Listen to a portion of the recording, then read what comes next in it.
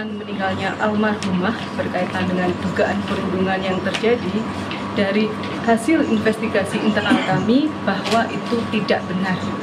Ya, jadi bukan dari perundungan. Almarhumah selama ini merupakan mahasiswi yang berdedikasi dalam pekerjaannya. Namun demikian, almarhumah mempunyai problem kesehatan yang dapat mempengaruhi proses belajar yang sedang ditempuh. Dengan menjunjung tinggi nilai-nilai konfidensialitas medis dan privasi almarhumah, kami tidak dapat menyampaikan detail masalah kesehatan yang dialami selama proses pendidikan.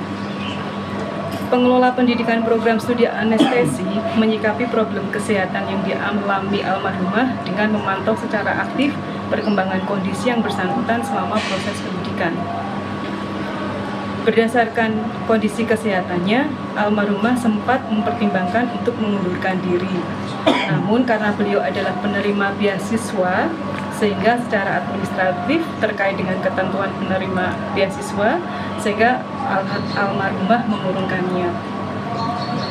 Kami sangat terbuka dengan fakta-fakta valid di luar hasil investigasi yang telah kami lakukan, sebagaimana disebutkan dalam butir 2. Kami siap berkoordinasi dengan pihak manapun untuk menindaklanjuti tujuan pendidikan dengan menerapkan zero bullying di Fakultas Kedokteran Undip.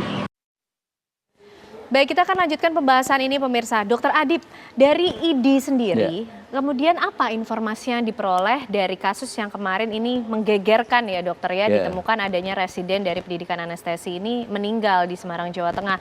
Termasuk juga mendapat laporan dok soal adanya isu dugaan praktek perundungan?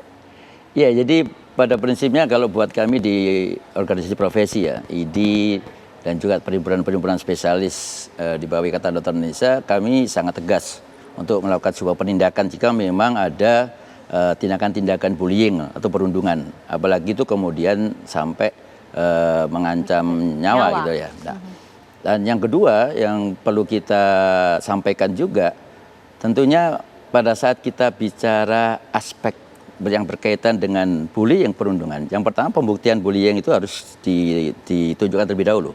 Makanya kami nggak ingin mengatakan bahwa kejadian sejawat kami ini apakah memang betul perundungan. Kami masih menunggu semua proses investigasi dari pihak yang berwajib. Tapi yang perlu dipahami bahwa pekerjaan profesi dokter pada saat dia melakukan pendidikan spesialis itu sangat berat. Oke, itu harus diakui. Karena dia berada di dalam satu fasilitas kesehatan pelayanan dan harus mendukung pelayanan. Terus kemudian kalau bisa saya katakan ini yang harus saya dorong ini.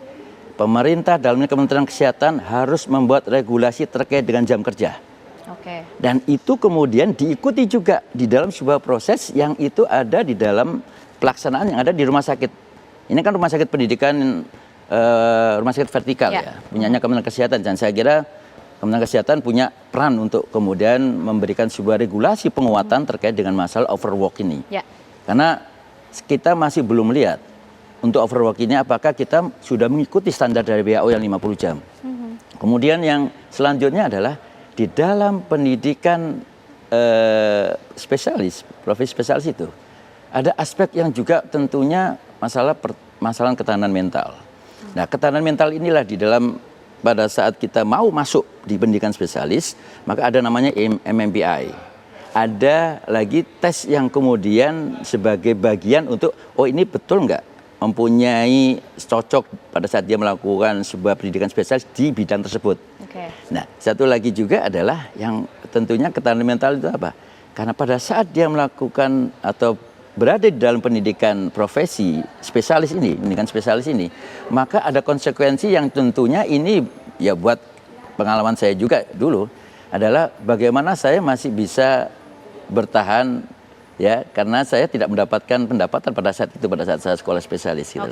Oke. Nah. Ya, itu ya Dok ya. Kemudian poin yang perlu menjadi perhatian dan mungkin evaluasi sekaligus oleh pihak Kementerian Kesehatan. Kembali kita akan ke Pak Susantyo.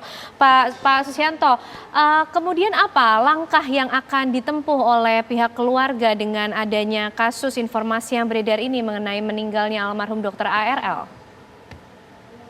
Yang perlu diulang lagi, intinya kami sebagai kuasa hukum dari pihak keluarga bahwa almarhum meninggal bukan karena bunuh diri, ditambah terkait perundungan tersebut, kami terbuka nanti setelah 7 hari karena kami sedang dalam masa berkabung.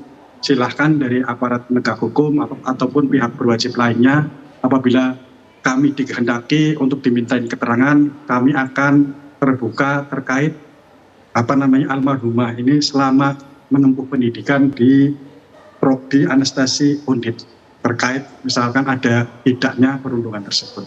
Seperti itu.